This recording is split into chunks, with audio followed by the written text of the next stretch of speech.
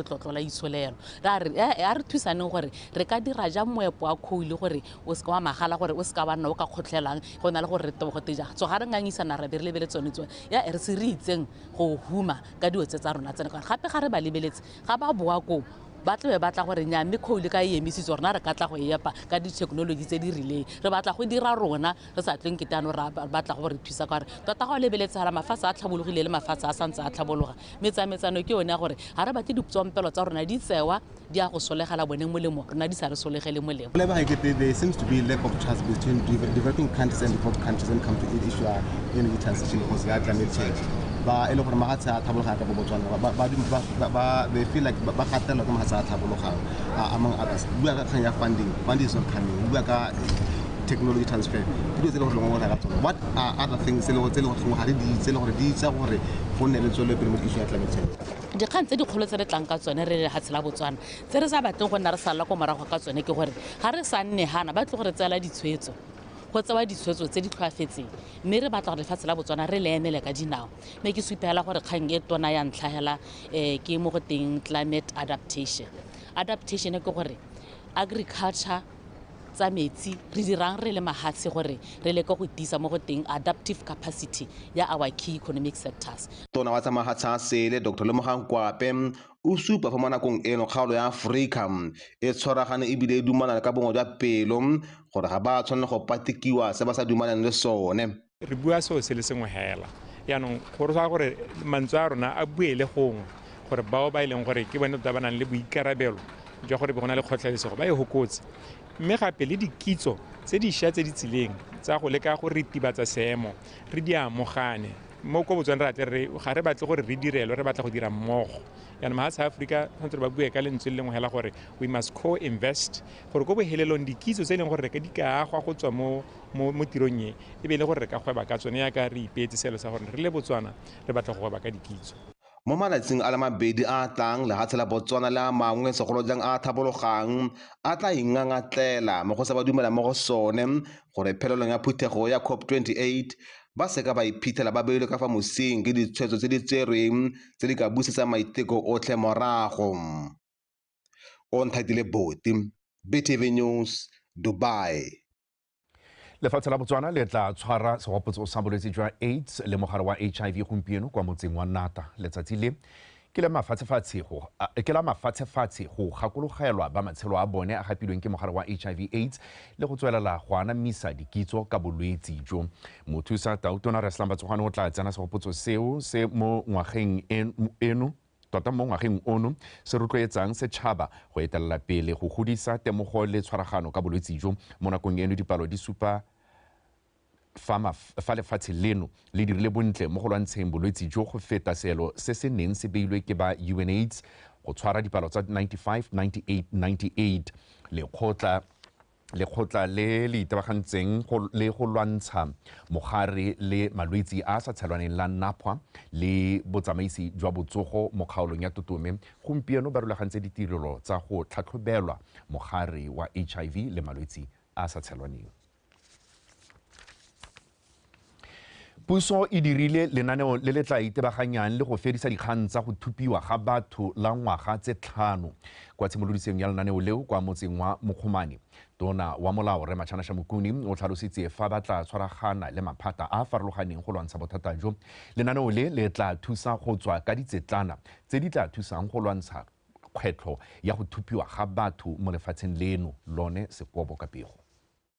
Mafatshefatse a apesitswe kobo ka letshoba ke go thupiwa ga batho la Botswana e le lengwe la a amilweng ke borukutlhi jo. Le fa go ntse jalo puso ga e iponetsa pa go mekamekana le seemo se gatakang ditshwanelo tsa setho le kgololesego ya bone ka go nna gangwe le gape le simolodisa mananeo le melao go lwantsha seemo. Lenaneo le le simolodisiwang le tla thusa go lwantsha bosetlhogo jo le go netefatsa fa setšhaba se na le dikitso tse di maleba go emelelana le borukutlhi jwa mofuta o. Mogolo wa rona o mongwe hela ke gore ba rote re me kgathanong le molato motona o wa boraboko ba gaetso go gweba ka batho ke tsololo ya boleng le seriti sa setho go thuba matshelo a batho ba le bantsi bana ba hetoga go nna masiela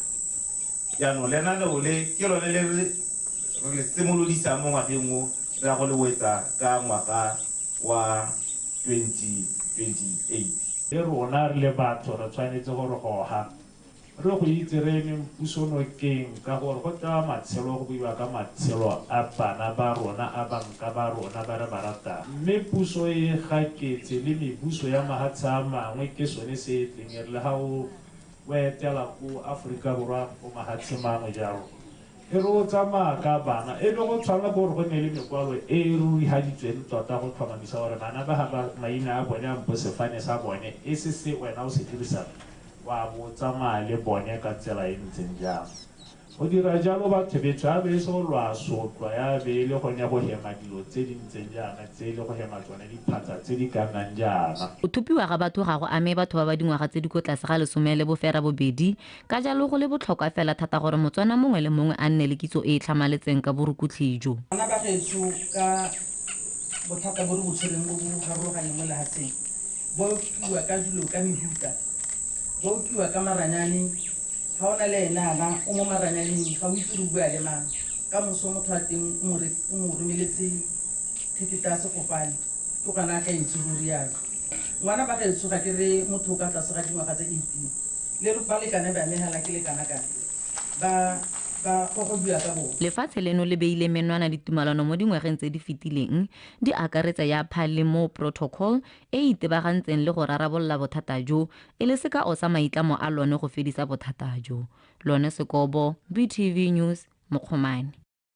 Seemo sa tlhaelo ya metsi kwa kgaolong ya Tonota jaanong se a bepa modulasetilo wa khansele ya Tonota re Baemedi Medupi a re seemo se se tokafadiwa ke go atoloswa ga mafaratlhatlha a metsi a Selebiphikwe a nosa metsi ya Serule le go jwane. Remi Dupi a re seemo sa lethoko la metsi mo kgaolong sa tokagala ka bonya morago ga go atolosa ga maharatlhatlha a metsi a Selebiphikwe a nosa metsi ya Serule le go jwane.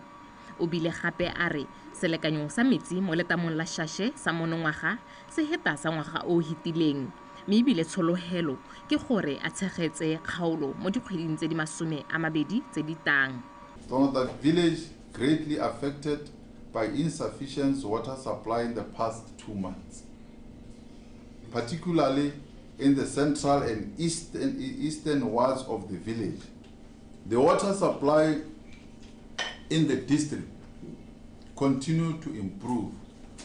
after the commissioning of the Selebiphikwe water transfer scheme in the last quarter, which services Serule and Hojwane. The water levels for Shashe Dam is 76.3% compared to 72.4 last year this time, and this can supply the district for the next 20 months without any flow. Mo go tse dingwe Remi Dupi o supile ha khansele e ikemiseditse go hitisetsa melaetsa go bathong ka methale yotlhe ya dikgwetho tsa matakala le kgopo ya metsi a leswe. Wastewater. This is a network of sewage collection sewage from residential, commercial, industrial institutions in Tonota, Shashe, Sengotswane, Mandunyane. Areas in the district do not have sewage reticulation are serviced by vacuum tanker that empty pit latrine, pit latrine and septic tanks. Khansele e tshwenyegile gape ka go oketsega ga dikgang tsa bana ba ba dirisiwang botlhatswa mo go tsa thakanelong dikobo mme go le botlhokwa go dibela ditshwanelo tsa bana go ba sireletsa ka dinako tsotlhe. Faithy Dithithi, BTV News, Tonota. Lephata la Kaboditsha la Gangwaketsi le ne le tshwere thuto se ka dipuisano go rutuntsha badiri ba lephata le ba ba sa tswang go thapiwa ka ditsela le melawana ya kabo ya ditsha le tirisano mmogo ya setšhaba le bana le seabe ba lephata. Molaodi wa kgaolo ya Borwa Re Mompoloki Motšhanang o kopile badiri ba go nna kelotlhoko le go bereka ba sa tseye letlhakore mo dikganyeng tse di masisi tsa kabo ya lefatshe. Ke se go fetse Makwinja. maloko a mašwa a rotloeditswe go thusa setšhaba ka tolamo le bonokopila go sena tshokamo le tiro e sa tlhokafaleng mo kabong ya lefatshe. Dingwe tse dikgang tse di thobaetsang ke go raelesega ga badiredi ba kabo ya lefatshe go iteba pele ba felele ba amega mo dikganyeng tsa tshenyetso setšhaba ka go ikabela lefatshe le go le rekisa mo go sa thamalang. Ka jalo thuto e boele maleba thata mo mohameng o segolobogolo ka ditsamaiso le merero e tsepameng go tlhomamisa fa bothe ba kola tshiamelo ya go abelwa lefatshe ka tekatekanyo go tlotlomatsa seriti sa lelapa lengwe le lengwe. It is very obvious that our resources are far much stretched, and at the same time we have BOTSWANA highly waiting for our services. I would like to plead with you, board members, to serve them diligently with passion and love, continuing where the previous board members have led. It is to manage one of the highly critical and important resource being led. E re ka lephata le lengwe la maphata a itsholelo ya lefatshe leno ikagileng ka lone go bo go le botlhokwa go tsamaisa ditirelo sentle. And for the mainland board, that is going to guide us going forward. And that strategy will be our guiding principle. That strategy is what we are going to be deploying to ensure that we deliver to the mandates of this land board. Financially, high school, I got a 17,950. What we say 8,382. It's an already tied between this financial year.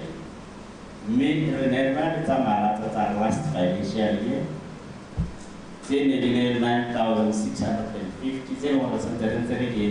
outsourcing.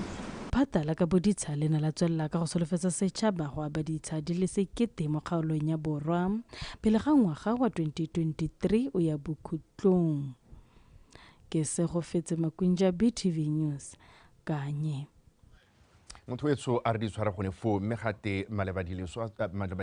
a tshwana le ke gakilwe o ska lebalatsa se go akgante jana ka nako ya bo roba bobedi a re tseba metshameko.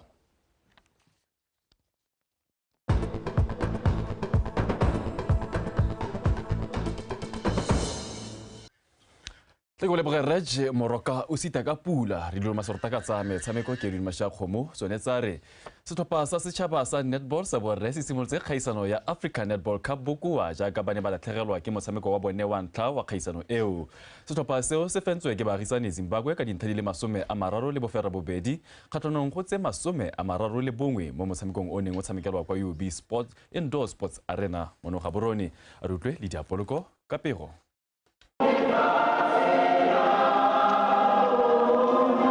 Makaona a monogae a simolotse motshameko bokoa jaaka bana ba latlhegelwa ke kotara ya ntlha ka dintlha di le 11 go tse fera bongwe.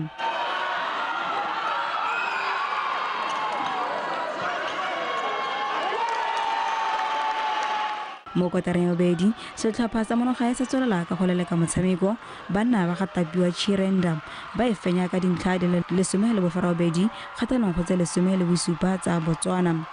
Ditlhopha ka bedi tsa tswelela ka go lekana mašetla mme Zimbabwe ya nosa dinno tse dingwe tse ferang bobedi go ka phamola kotara ya boraro ka ketapele ya dinno tse tharo mme kotara eo e fela ka dintlha di le 27 le bosupa kgatlhanong go tse di 24. Zimbabwe ba oketsa mathata a makawana monogae ba baya motshameko kgakala le bone ba tolosa ketapele go fitlhela ba fenya motshameko ka kakaretso ka dintlha di le 30 le bofera bobedi kgatlhanong go tse 31.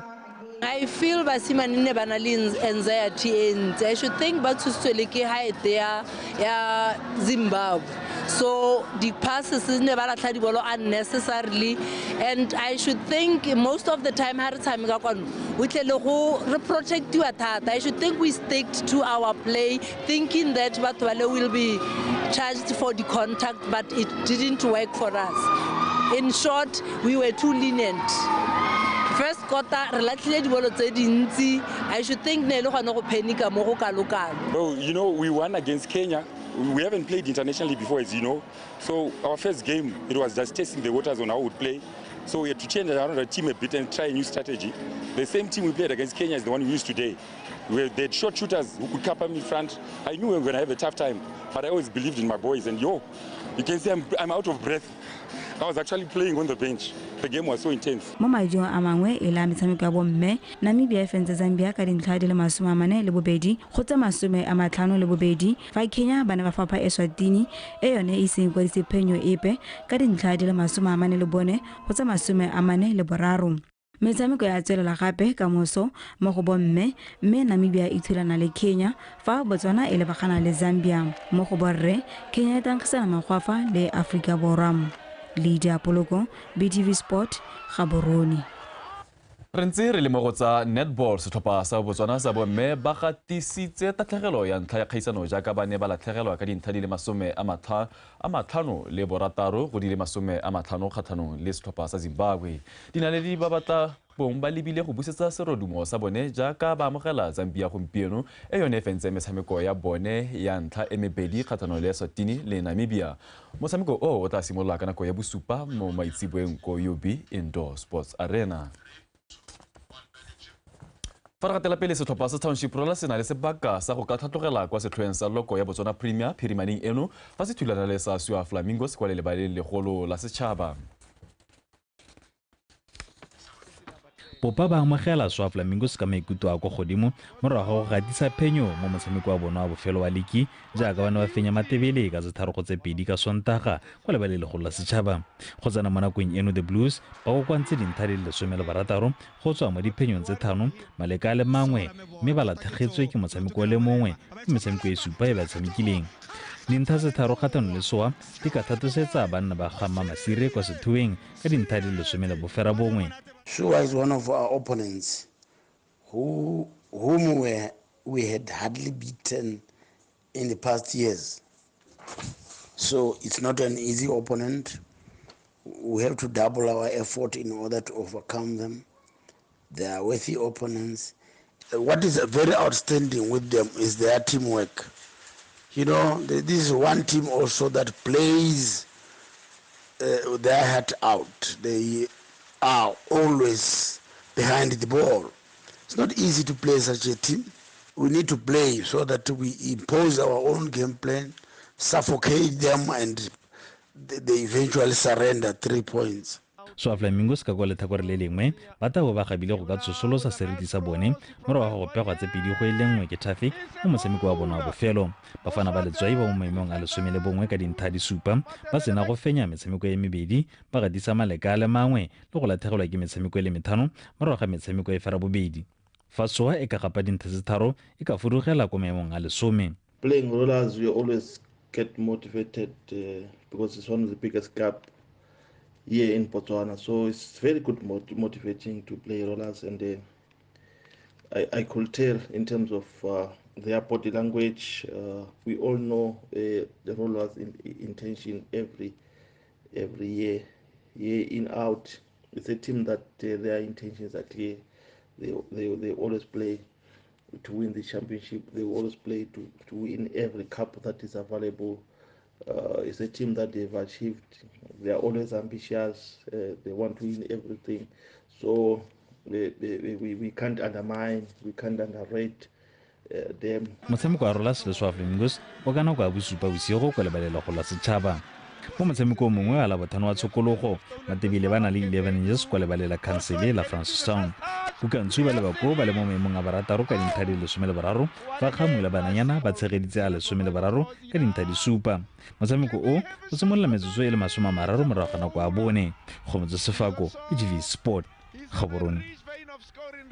Lekgotla la FIFPro le solofeditse go simolodisa lenaneo le le tla dirisiwang go netefatsa fa thuto e anamisiwa gareng ga batshameki ba kgwele ya dinao le ba ba setseng ba tlogetse go tshameka ke gore FIFPro Compass. Go ya ka mokwaledi mogolo wa FIFPro Africa kgotsa Namasaseng tshwetso e tserwe morago ga gore lekgotla la FIFPro Africa le ba lekolodise ka dingwe dintlha tse di duelang tota tse di duleng kwa phuthegong ya lone e neng e tshegeditswe ka kgwedi ya Lwetse a rutlwe Segolame Baeng. Ene re ka junior le mo workshopong ye nngwe ne re dira le ba UEFA e ne ya supa go le gontsi gore re tshwanetse re itebaganye thata le batshameki ba ba togelang kana ba ba togetseng bogolo jang mo dikganyeng tsa go ba ruta gore e re ba ntse ba tshameka ba ka ipetela tsela ya gore ko ntle ga kgwele ya dinao ba ka dira eng mme ba dire yalo ba ipaakanye jalo ba santse ba tshameka mme ga re bega ko phuthegong kgolo re nneele kemonokeng mme ebile FIFPro Global e ta simolodisa mo bogautshwaneng FIFPro Campus ke gone go dithuto tsotlhe tse di amanang le kgwele ya dinao tsamaiso tlhabololo di ta maloko a rona a di ithela gone go le gone go nonotsha thuto e hiwang ba ba dirang mo diunioneng tse di harologanyeng gore ba kgone go thusa batshameki botoka ka dikgang tseo. re sa le fo mokwaledi mogolo wa lekgotla la FIFPro Africa Khosana Masaseng a re ba tsweletse ba bayang pele lekgotla la FIFPro matshwenyego mangwe a duleng kwa phuthegong ya FIFPro Africa a akaretsang dilelo tsa batshameki ka tsa botsogo jwa bone le mananeo a pitlaganeng a go tshameka dikgaisano tsa mafatshe. Go ya ka Masase bontsi jwa matshwenyego a batshameki a senogile morago ga ditshekatsheko tse ba di dirile morago ga dikgaisano tsa mahatshe di tshwana kgaisano ya sejana sa lefatshe ya bomme. Batshameki ba supa gore ga gona bogolo jwa mo Afrika ke ta remela thata mo Afrika ga gona di medical examinations tse di dirwang di tseneletse mo mahatsheng a mangwe ka jalo ke nngwe ya di points tse re tareng ga re go kopana le CAF be re di reisa. Sa bobedi batshameki ba supa gore letsapa la ha ba tswa ko World Cupong le lentsi mo ba senang nako e ba e bona e le rest o ta itse gore ne e tshamekiwa ga gare ga di-season o bo gore batshameki ba tsweledisa ha ba tswa ko tournamenteng eo.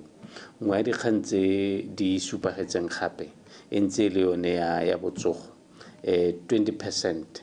ya batshameki le hatse ka bophara ba supa ha ile gore go thathubiwa ga pelo le kamano kana dikgang tse di amang tlhaloganyo ga ba sireletsega thata mo go tsone. Dikgang tsa botsogo jwa tlhaloganyo ya batshameki le tsone e nnile dingwe tse di begetswe lekgotla la FIFPro. Ba ikuela gore ga ba nna le support e neng e lekanye mo mental health issues so ke gone mo eta reng ha yana re bua le CAF ba bangwe ba bua le Asia ba bangwe ba bua le Europe bo ba dikgantse mo tafoleng gore batshameki ba lela ka mental health support ba lela gape ka gore technical team tse dingwe di thaela certain expertise so go kopile batshameki gore in the next survey ye re ta e dirang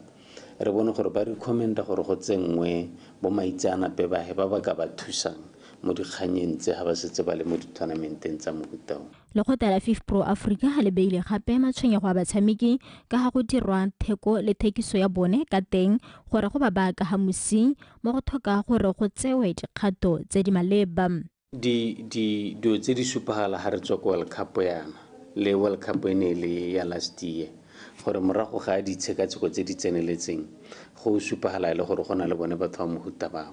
jaanong re itebagantse le FIFA gore wana FIFA ka gore ko wena regulator ya game re kopa o sireletse batshameki otherwise ga re go letela le wena o le FIFA go dirisa data ya batshameki ka tsela epe e seng ka molao that's why go tlhokana le consent ya batshameki go na le molao ko Europe o kganelang thata protection of data gore se ka dirisiwa botlhaso mme re itsheegile for now re ikaegile thata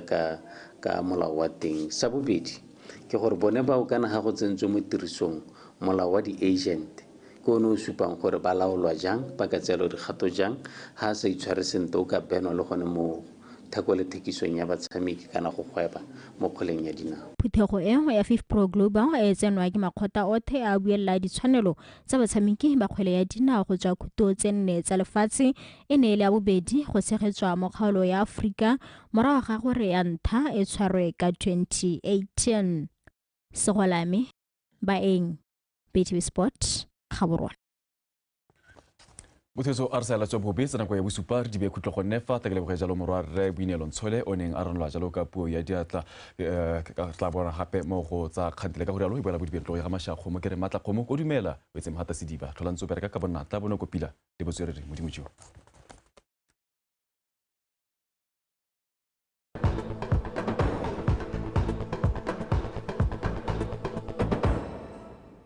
go ta phakela go thibile ko borwa ja kgalal gare le bokone bothaba mme go toga go thibe ka bontha bongwe mo tsamong ya letsatsi mafelo a mangwe ka bontsi a lefatshe leno one marata a thiba ka bontha bongwe mme go na le kgonagalo ya pula ya difokgadima mo mafelong a dikgalo tsa Nkhabe le Chobe